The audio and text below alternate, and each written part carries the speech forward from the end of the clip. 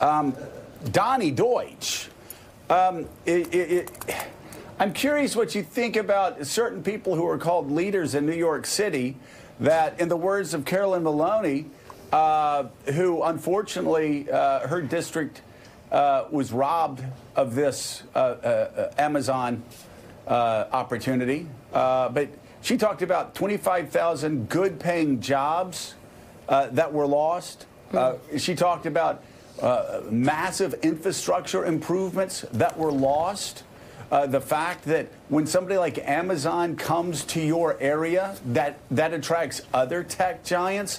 The opportunities lost there are extraordinary for people, as Andrew Ross Sorkin said, who don't even understand basic economics. They actually think, you know, all that money in tax incentives, if the jobs were brought and all the other great things happened to that area. You know, he said there's a financial literacy epidemic in America. Quick lesson, New York City wasn't handing cash to Amazon. It was an incentive program based on job creation and how much tax revenue they created. There isn't $3 billion that can now be spent on subways or education.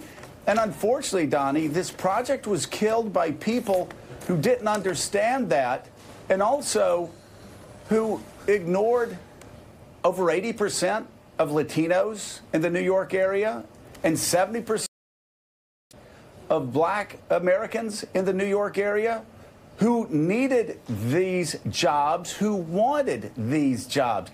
End of the line, the people who wanted the jobs the least to come to the area were white elites in Manhattan, according to all of the polls. White morons in Manhattan. Who would have thought that on a day our portly president declared an emergency when there wasn't one, that would be the second most inane move of the day?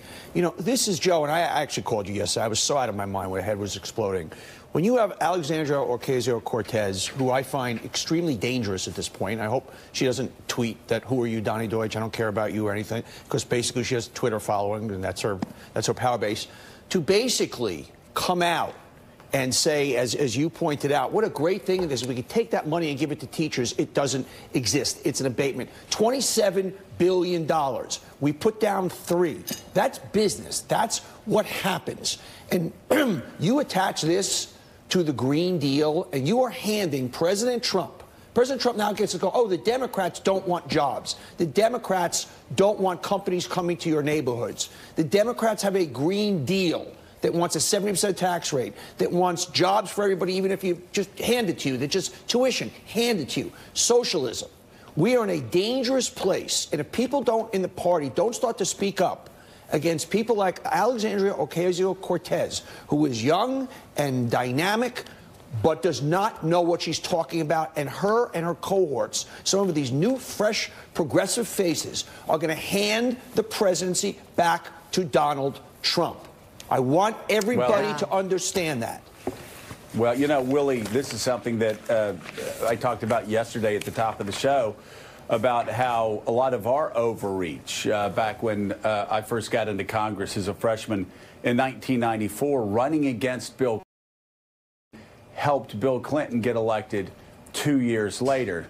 The important thing to remember here, though, is there are a lot of local politicians, not a lot, but some local politicians in New York City also opposed to this still.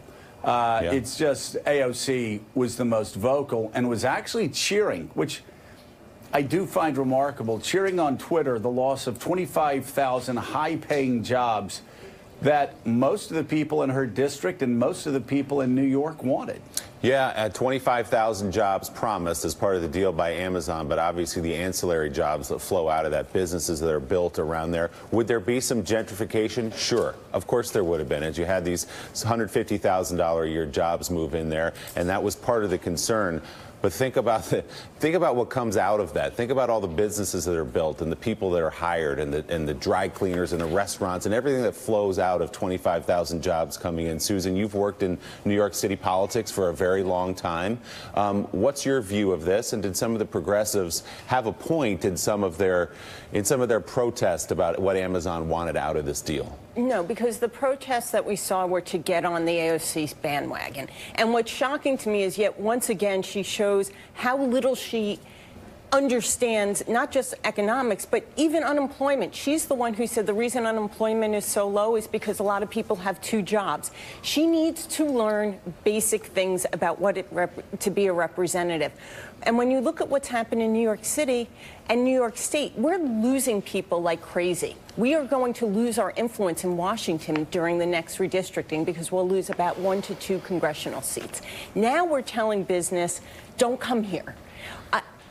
Just because she has a progressive agenda, which some people like, does not mean she has the city's best interest. What she showed me today or yesterday is that she only cares about herself, not about her colleagues and Carolyn Maloney, and definitely not about the people she represents, because those people would be getting jobs as well.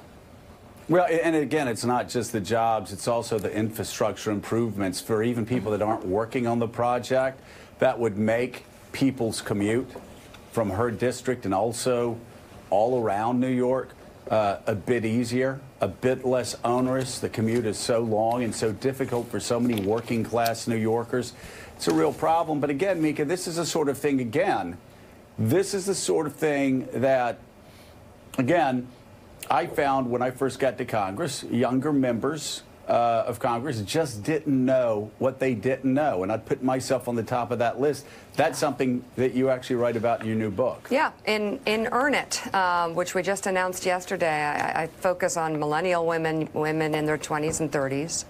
And that zeal, that joy, that energy, that new kind of thinking is all great, but you still don't have the experience. And in this case, it's the political experience. It's the ham-fistedness of that tweet.